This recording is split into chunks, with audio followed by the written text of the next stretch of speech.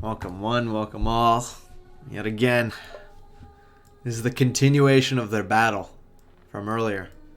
For those who haven't seen it yet, go check out on Ardashir's channel. I believe it's called Sean Christensen on YouTube, or just Ardashir on Twitch. These two battled it out in a best of 9.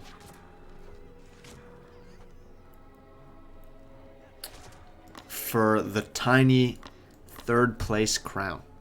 Tiny being the newest Tiny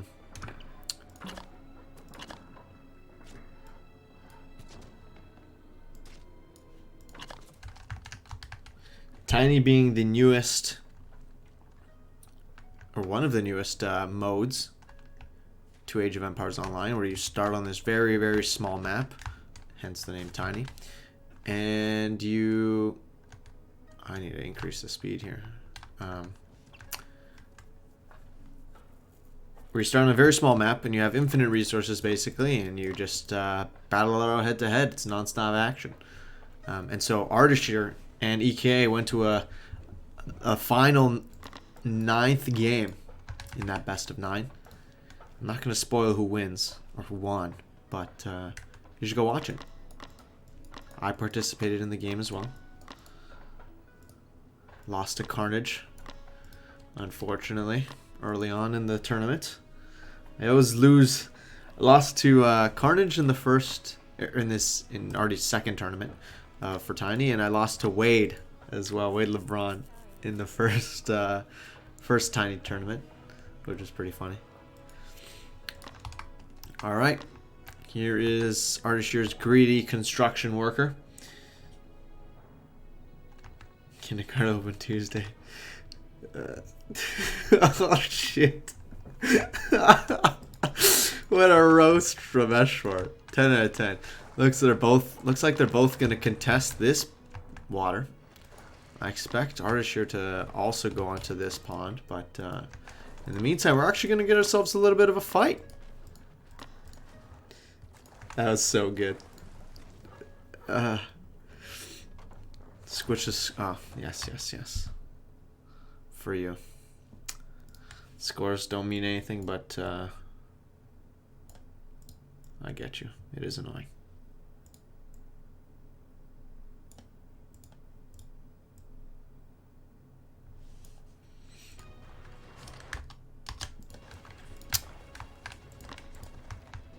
Okay, EKA, 13 villagers on nearly 17 population. Same thing, 13.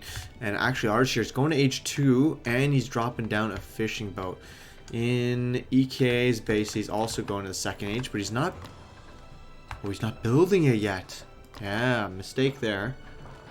Might cost EKA the water. And it... Oh, man, it very well might cost EKA the water.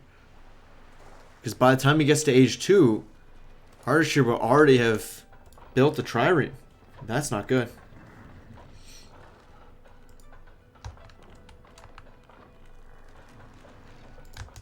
Second town center for EKA is going to be built though first, so that is one advantage that Ardashir has in this game.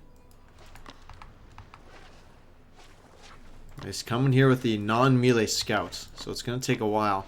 And I think once EK sees the second longship out, he's going to have to give up the water. It really wouldn't make sense to go for it, and he would instead is just way better off putting that wood towards the second town center. He has the resources to do it, but he's going to choose not to because he doesn't have the population space. Priestess of Ra is empowering the stone gathering, which should be ready in just about now. So where is he going to put this second town center? Actually, on this side of the map, look at this. Both have also tried to take this stock. I wonder, is Ardashir going to fall into the same fate of committing a lot of resources to the water and like really, limiting his future economic expansion, right? Like, EKA is going to be dropping down this second town center. Ardashir, great scouting. He sees this. But he's going to be down a lot for the meantime. Yeah, he scouted this one. Here's EKA's scout right there.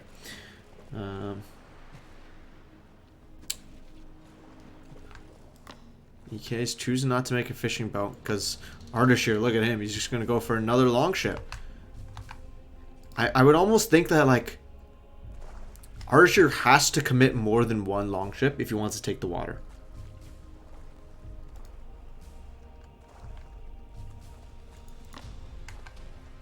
Like, and so if I was EKA, do I just commit 150 wood in, like, to give your opponent, or to make your opponent lose like 2 longships, and like suck up all his population space? Like, in the meantime, he could have dropped down another a stables or some other production facility, go up to the 3rd age.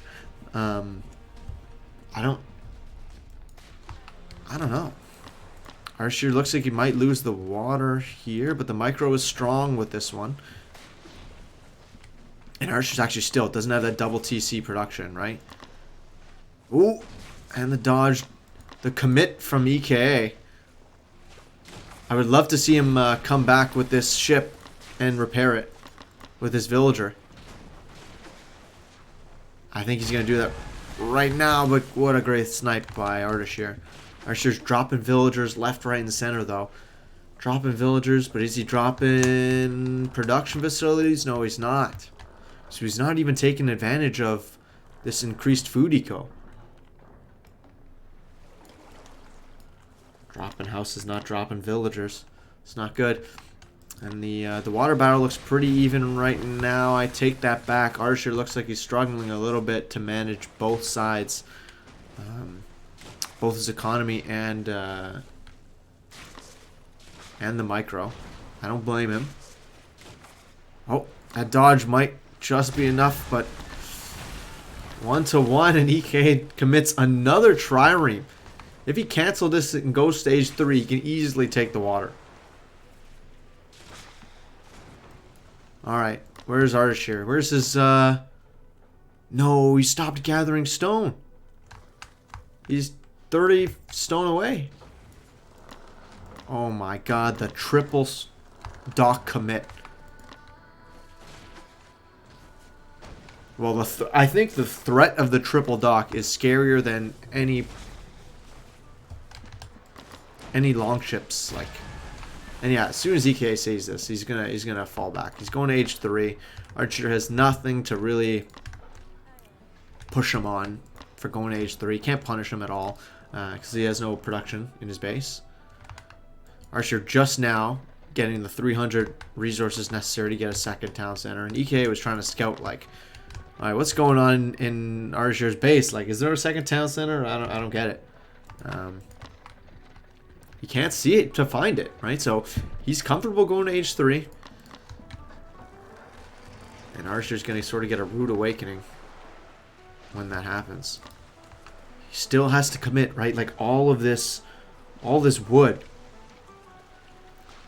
that he could be spending on like a TC, he has to spend on fishing boats to really get the value out of this this pond. But then even when you get the value out of it, how long is it going to take to pay back? Especially when you can't produce like any army. He has a really nice second gold though. I will say that. So the question is, how fast can EKA make an army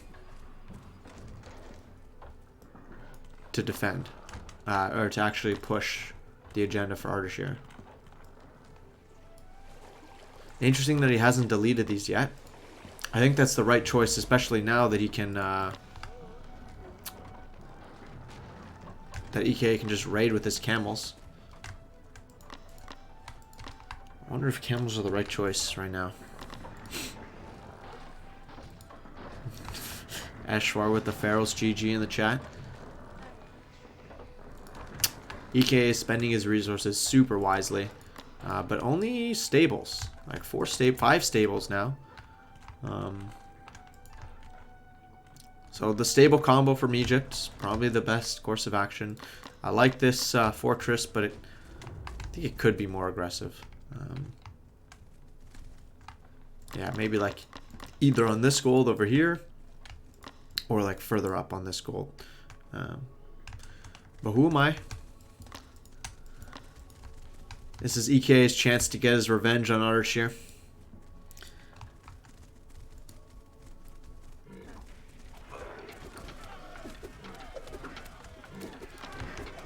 Nothing being found here. Arashir had this storehouse, but I think he preemptively moved his guys off of it because he was gathering so much food just from his fishing boats alone. So he sort of doesn't need these hunts anymore, or at least not for the time being. Right now, we got 2 production facilities online. Spearman Champion being trained. But how long is it going to take to muster up an army that's capable of defeating these 8 camel riders, or soon to be 7 camel riders? H3 coming in, 52 villagers to the 63. Wow. Houses are going to go down. EK is getting all this free real estate because Arashir absolutely cannot engage. Like, you don't know if he engages now, maybe these guys come in from the flanks and do something else. This is maybe getting a little bit rough for Arashir. He does have loom on his villagers, but yeah, it's gonna be costly for the time being. I think now he has enough spearmen. Yeah, enough workers on the field. In the meantime, the scout goes down. So Arashir's base is very compact. Right, he's got a lot of gold in his base. He's got a lot of units, but he's still down. What is this? 50? No, 60. Nope. 70 population. He's down 70 population. If he moves out with these units, that might spell the end of it all. But at the same time, if he doesn't, and he doesn't start to, you know, do some damage on these villagers, then oh, he's gonna run away from this. He's gotta run away from this. He's not gonna get away. He's not gonna get away. He isn't. A stable combo, even with the nerf, so the chariot archers are still going at 7 speed. So actually, he is gonna get away. Does Arashir see this? No, he doesn't see this army. I'm a bit worried for him. This army is very scary. Can dish out a lot of damage. We got Camel Rider Champion in as well. This is gonna hurt. Arashir, I'm not sure what he's got left in his base. Not much. A dog or 2. Oh, and those villagers paid the price. The dogs are soaking up the damage, but I don't think very much is going to be accomplished here. Spearmen are great and all, but I don't even think he can kill one of the chariot archers. He got 1. He's going to get like 2 or 3 more, but I think the rest of the army in the base of Arashir is going to be more than enough to handle it. And he's getting war elephants. He's getting scale mail. Oh, there goes. There goes the army of Arashir here. Oh, triple TC though. That's a positive. When he got to age 3, he got that triple TC. He's going to put up a guard tower. He's going to hold for the time being, somehow, some way. He is struggling though. 59 villagers to the 89. The one advantage he has in this game are these fishing boats, but eventually the fishing boats too will fall. And just not enough anti-cav in this army. And you got to balance like the anti-cav with, you know, your need to defeat chariot archers. Maybe like maybe an all cav army from him might be good too, but I'm not sure. It seems like he wants to try to get something done with a small raiding group of berserkers and raiders, but he's gonna lose all of his production for free in the meantime. He's gonna save this one berserker. This is tough. His population is steadily creeping up though. I will say that. It's definitely steadily creeping up. He's gonna cut to pieces, you know, all the the units coming into his base, but oh no, these 16 villagers and even more being killed. Archer's got a lot of gold in the bank, but I'm not sure if he can come back from that. 56 villagers now, 53. Oh, and the war elephant. Lots of splash damage. Where's Archer's army? Where is it? Where is it gone? And it's super late for Archer too. I'm sure he's like, he's casted and he's played in a best of 9 series. I'd be brain dead by then too. Not to say that he's playing brain dead. He's playing fine, but you know, I think EKA's just had a better composition. He made Archer like really commit. Archer's doing some decent raiding here on the sides, but he made Archer commit way too hard on the water. Oh, let's get this. I want to see these villagers die to nice splash damage. There they are, and very nice.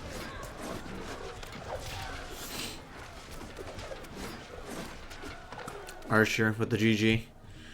GG. Well played, well played. Yeah, I think that early commitment to the water, like, it's not really a fair trade when you have to spend that much, right? Like 300 food, 200 gold for your opponent's 150